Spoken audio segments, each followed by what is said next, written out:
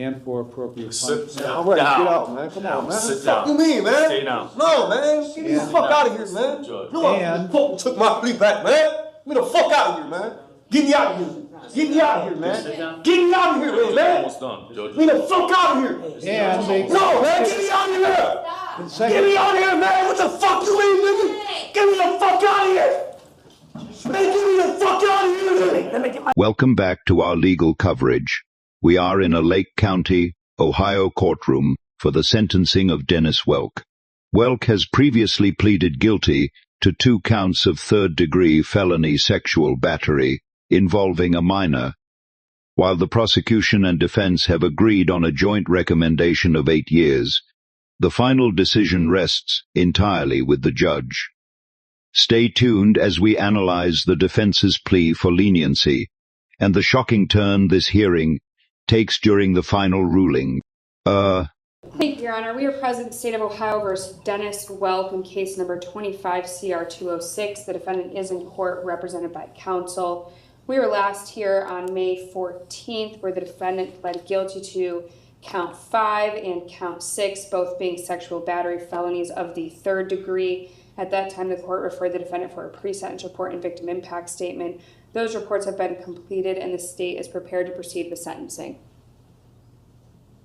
Mr. Watson. Thank you, Your Honor. May it please the court. I'm going to be brief. This was a heinous crime, Judge. This was horrible in a lot of ways, but most importantly, because this was a minor child who almost assuredly didn't fully understand what was going on with somebody whom was entrusted to love her and to protect her. However, Your Honor, this is not indicative of who Mr. Welk is as a person. Yes, he has a record. Yes, he has been to prison, but it's mainly in the past been for drug offenses, I believe some theft offenses, nothing of this magnitude. On this day, and this is not an excuse, Judge, for his behavior, but on this day, Mr. Welk was drinking a lot, was highly intoxicated, and took advantage of his stepdaughter. Since the day I met him, he is in disbelief that he did this. He has expressed to me his remorse and his sadness and how he hurt her, how he hurt his wife, how he hurt the rest of his family. He knows, Your Honor, that he's going to be spending a lot of time in jail coming up. I know there's discretion with the plea with how much time that equates to. This court has a lot of discretion with that. Earlier in chambers, the state and I presented to the court a joint recommendation for 8 years. I'm going to respectfully ask the court to consider imposing that sentence because I believe Mr. Welk is remorseful. I believe that this is not who he is as a person, and I'm hoping when his time is up and he gets out, which, by the way, he's going to be reporting as a sex offender for the rest of his life, so he's going to be under a microscope. He's going to be monitored for the rest of his life. But I'm hoping that he'll be able to piece things together, make amends with at least part of his family. I don't know if he can ever make full amends with everybody or not. And you're going to hear from him in just a minute, Your Honor. But again, I don't think this is who he is as a person. And I'm going to respectfully ask the court to consider adopting the joint recommendation. Thank you, Your Honor. All right. You are required to register in person with the sheriff of the county in which you establish a residency within 3 days of coming into that county, or if temporarily domiciled for more than 3 days. You are also required to register in person with the sheriff of the county in which you establish a place of education immediately upon coming into that county.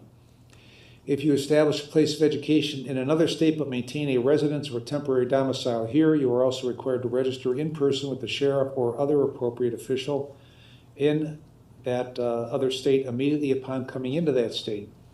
failure to register, failure to verify residence at the specified times, or failure to provide notice of change in residence address or other required information as described above will result in a criminal prosecution. Mr. Watson, if you would present this to Mr. Welk for his acknowledgement and signature. All right, Mr. Welk, what do you want to tell me before I impose sentence? First and foremost, I'd like to apologize to the courts for appearing before them today. I'd like to apologize to the victim in this case. I'm not going to use alcohol or drugs as an excuse for anything. However, alcohol was a main factor in this case. But I take full responsibility for my actions because I chose to make the irresponsible decision consuming too much alcohol than I could handle, causing poor, regretful choices leading to my incarceration. I've read the police reports and feel ashamed, embarrassed, and hurt because that's not the person I am. And I wouldn't be standing here today if I would have just been more responsible. I have 4 younger children that I've let down because of being locked away from them, missing out on watching them grow. Having to deal with that is a heartache alone.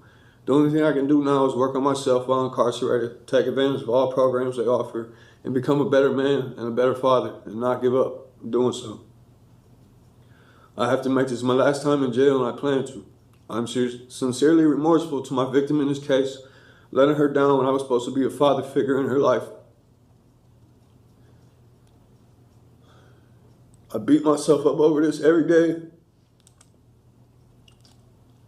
Over this, wishing I could take it all back. I just hope she can grow up in life and leave this in the past, and that it doesn't affect her future.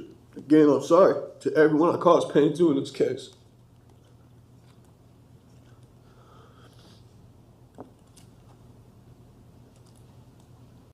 Ms. Alessi? Thank you, Your Honor. One thing that the defendant said today in court, and even in his pre-sentence report, that stood out to me is that he was supposed to be a loving and caring father. And I couldn't agree more with that. He should have been someone that the victim could trust and rely on for protection and guidance. And instead, he used his role as a parental figure to manipulate her, exploit her, and violate her. And while there is a jointly recommended sentence here, the state believes it's essential to highlight not only what the defendant did pre-indictment, but also what he did after his arrest in this case. While incarcerated, he continued to communicate with the victim while in the Lake County Jail. He attempted to guilt and manipulate her by blaming her for her own suicide attempt at the East Lake Jail. He pressured her to express her feelings to law enforcement about him or her desire for him to only receive a short sentence.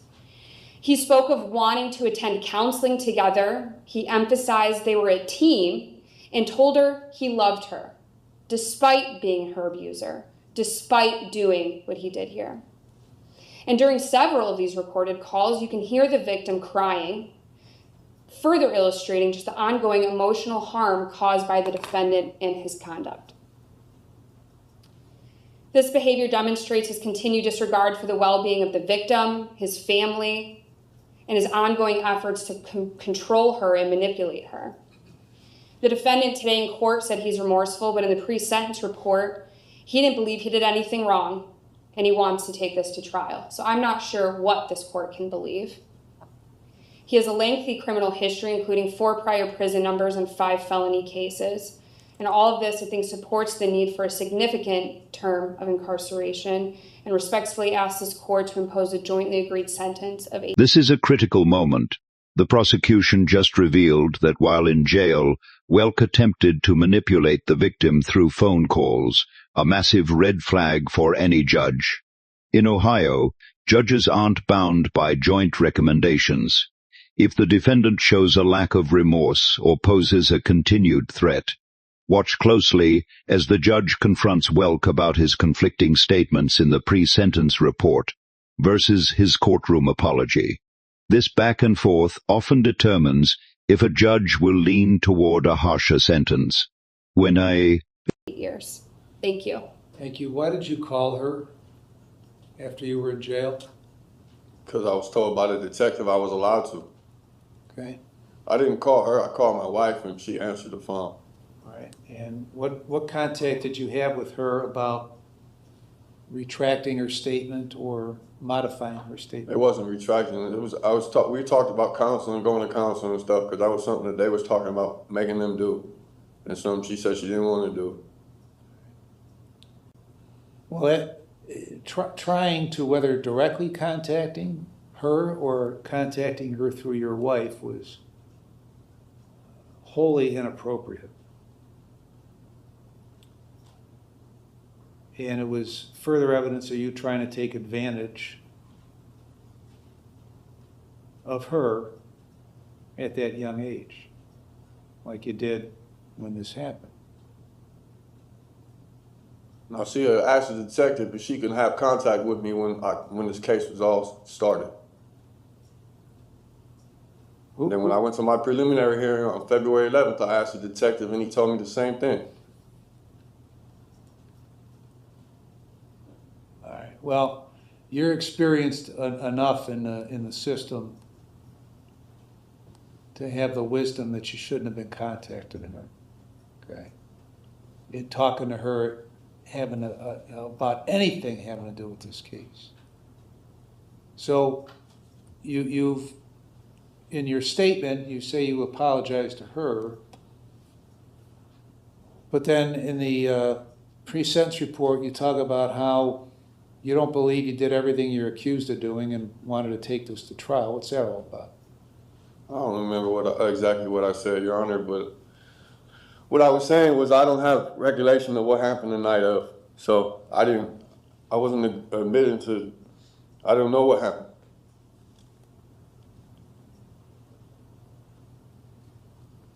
So did you or didn't you do this stuff? Yes. Okay. And I got to tell you, it doesn't get much worse than this kind of stuff. I understand. And I would note in the record that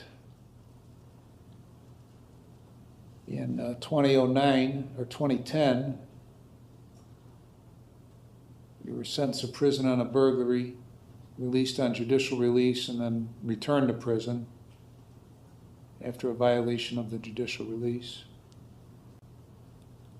And you were released January 7th of 13. You went back to prison on another case on May 1st of 13 and got out in August.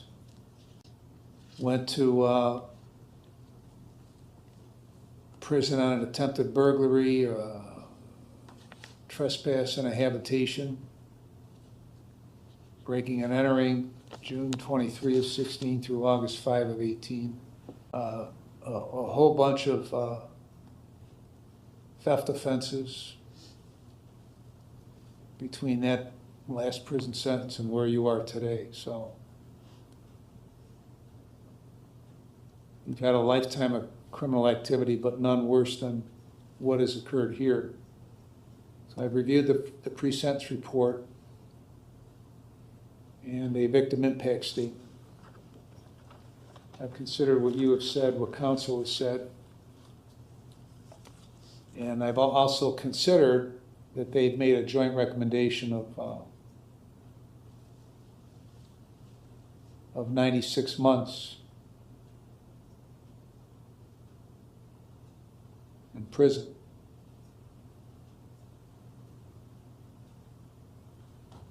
And so on count, and I've considered all the provisions in 29, 29, 11, 29, 29, 12, 13, and 14. In consideration of all that, on count 5, I'm going to sentence you to a term of 60 months. On count 6, I'm going to sentence you to a term of 60 months. They will be consecutive to one another, with credit for 143 days. And consecutive sentences are necessary to protect the public from future crime by you and for appropriate punishment. Sit down. I'm ready to get out, man. Come on, man. Sit What the fuck down. you mean, man? Stay down. No, man. Get me the fuck out of here, man. Judge. You know And- what? Took my plea back, man. Get me the fuck out of here, man. Get me out of here. Get me out of here, man.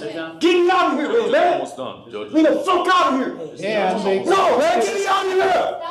Get me out of here, man. What the fuck you mean, nigga? Get me the fuck out of here. Man, get me the fuck out of here, Let me get my leg. Get me out of here, man! Just take him in the chair. Okay, we're in this chair. All right. I'm kissing the bar. Put me on your visiting list Alright. for jail and for. Alright, man, stop touching me, man. I'm not doing shit, man. I'm not doing shit. Go. I'm not doing shit. What the fuck? Do all this? All right, consecutive sentences are necessary to protect the public from future crime by the defendant and for appropriate punishment. And they are very proportionate to the seriousness of his conduct and the danger he poses to the public. And his history of criminal conduct demonstrates that consecutive sentences are necessary to protect the public from future crime by the defendant. Costs are assessed, the remaining charges are dismissed. Anything else, Ms. Alessi? No, Your Honor, thank you. Mr. Watson? Nothing further, Your Honor. All right, we're adjourned. All right.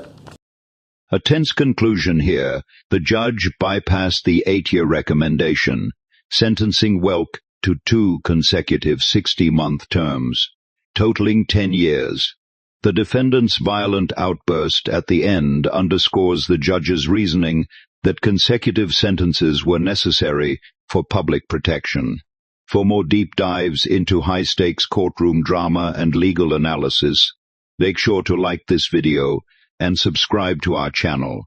We'll see you in the next update. Nah.